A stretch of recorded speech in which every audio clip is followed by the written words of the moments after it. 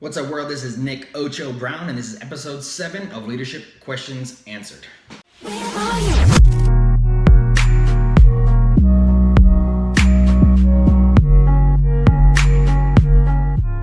So welcome back, everybody.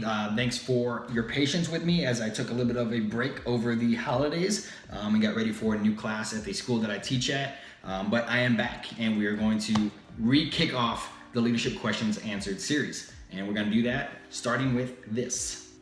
So today we're going to talk about the importance of being honest with others as a leader. Okay, now set up the example. You're a team leader with, let's say, 5 people on your team. All right, we'll try and stick to that example throughout this whole talk. All right, why is being honest with others so important? Okay, we know about why it's important to just be honest, right? You have to not lie, steal, or cheat. No one's going to believe you. You lose your credibility, you lose trust, and therefore no one was going to really want to follow you anymore. All right, so there's the being honest part. Now, honest feedback. Why is that so important?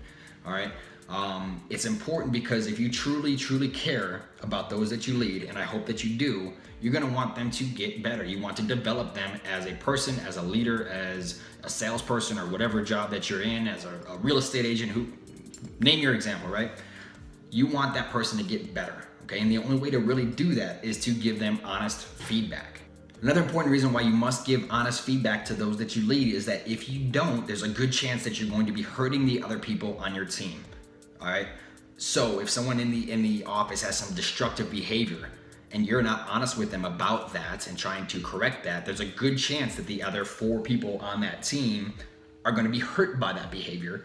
You're hurting them, the person themselves isn't getting better, and the entire team starts to fall apart, right? So not only are you not, now you're not just hurting that one person, but you're hurting the entire team by not giving this honest feedback. So why is giving honest feedback so hard? Well, it's because we're afraid, typically, right? We're afraid of hurting the person's feelings. We're afraid of destroying a relationship. We're afraid of breaking down some trust or having an awkward confrontation, right? And I get that. And typically it stems from really the other person, depending on who they are. If they have a big ego, it always comes back to ego, doesn't it? They're not a very humble person, they're not a very approachable person. It makes that conversation that much harder, okay? But as the leader, you must have the courage to have that honest conversation. If you do not, that destructive behavior will continue. Okay, having a awkward conversation, having a bad conversation, and maybe hurting someone's feelings is better than that destructive behavior continuing, hurting the entire team, hurting everybody's goals, everybody's success, and hurting everybody's development. All right, so negative side of not having that conversation. So weigh that, okay? And when you feel that fear, that's okay. It's natural. It's going to happen. But understand it, and then understand that what happens if I don't do this? I'm hurting everybody.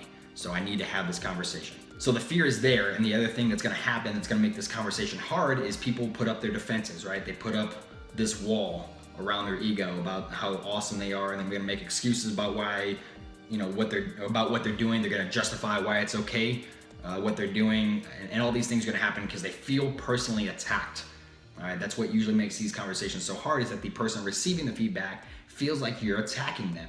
So we need to come up with ways, we need to understand how to bring those defenses down as the conversation starts, to push that to the side and allow for the communication and the conversation to happen, allow the feedback to be received, and allow the behavior to be changed.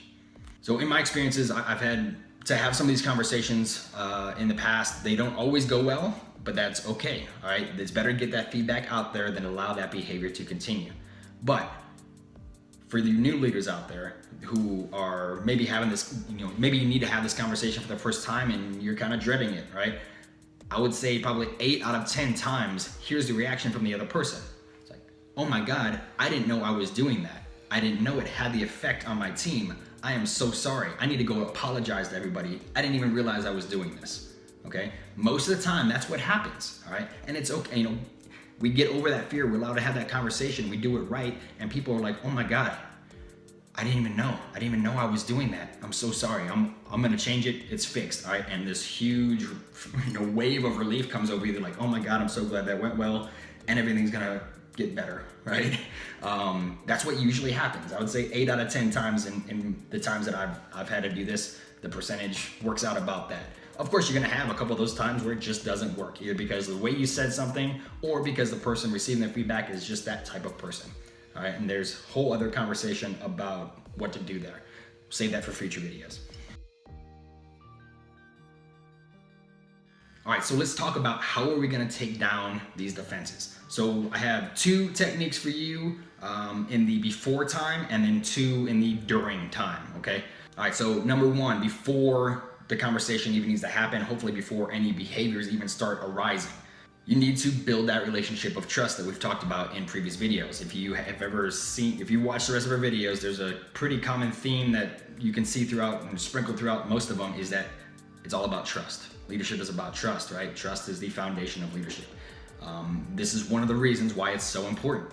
All right, if you already have good rapport built with someone, if they already trust you, if they trust that you have their best interest in mind, when you sit them down to have a conversation with them, they're gonna know where you're coming from. They know that you truly care about them. Therefore, my feedback to you is based in that trust.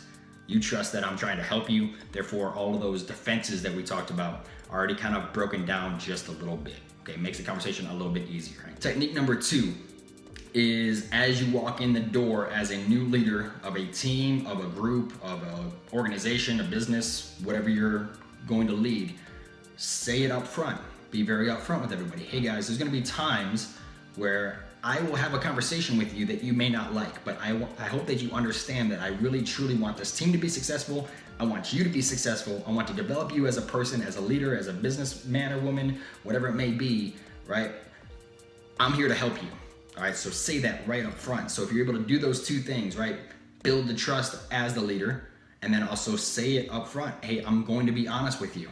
I never mean to hurt your feelings. I never mean to hurt you or attack you personally, but I truly want you to get better. So there's gonna be a time, probably, that I'm gonna have this conversation with you. I hope that you know now that I'm trying to make you better, okay? Those 2 things will help break down those walls a little bit before the conversation even has to happen, before the behavior even manifests. All right, so now technique number 1 for in the moment or when you're about to give the feedback or as you're starting to give the feedback, the first thing you need to do is frame up the conversation or add context to the conversation. And it goes back to really the second technique from the before time is, hey, remember, I'm here to help you.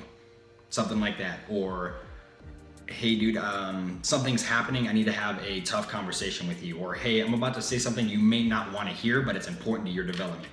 Or, I'm going to say some things that are gonna make you feel pretty crappy, but in the end, when we're done with this, I hope that you understand the effects that they're having and how we're gonna move forward. All right, you wanna kind of frame up the conversation to take down those defenses, all right?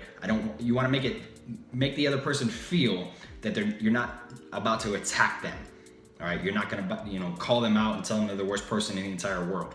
I'm here to help you, okay? So you wanna try and frame it up front, right off the bat as you're about to have this conversation. Hey, here's what's about to happen. I hope that you understand that I'm doing this out of love because I truly care about you and I want you to get better. I need to say these things, okay? So if you're able to say that ahead of time, hopefully that person will kind of understand where you're coming from and those walls will start to come down. You think about it for yourself. If someone were to come to you and say, hey, I need to tell you something and I don't know if you're gonna like it, but it's really important to me to say this to you because I truly care about you. There's a good chance that you're gonna be that much more willing to listen to that person because of that frame up, okay? So that's technique number 1. All right, technique number 2, and this takes a little bit of pre-planning before you're in the moment, before you're in the conversation. You want to attack the action or the behavior, not the person. Again, if you come at the person, at the individual, those walls are gonna go up because they feel like they're being attacked and they have to defend themselves. If you attack the action or behavior, it takes the conversation aside and the walls are able to come, or they never come up because they don't feel attacked.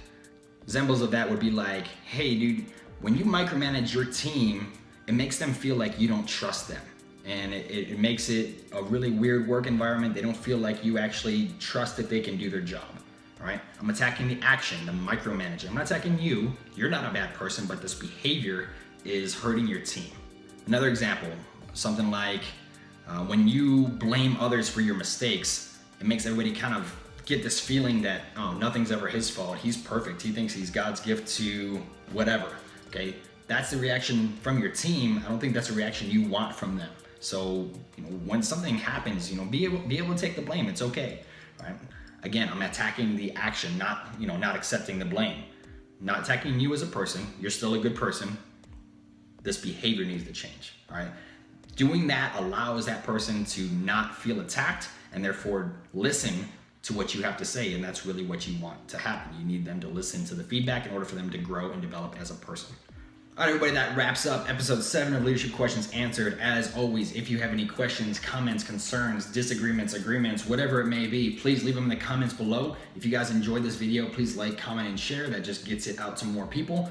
If you didn't like it, that's cool too. Just let me know why, and I will do my best to make it better in the future. All right, have a good night. Take care.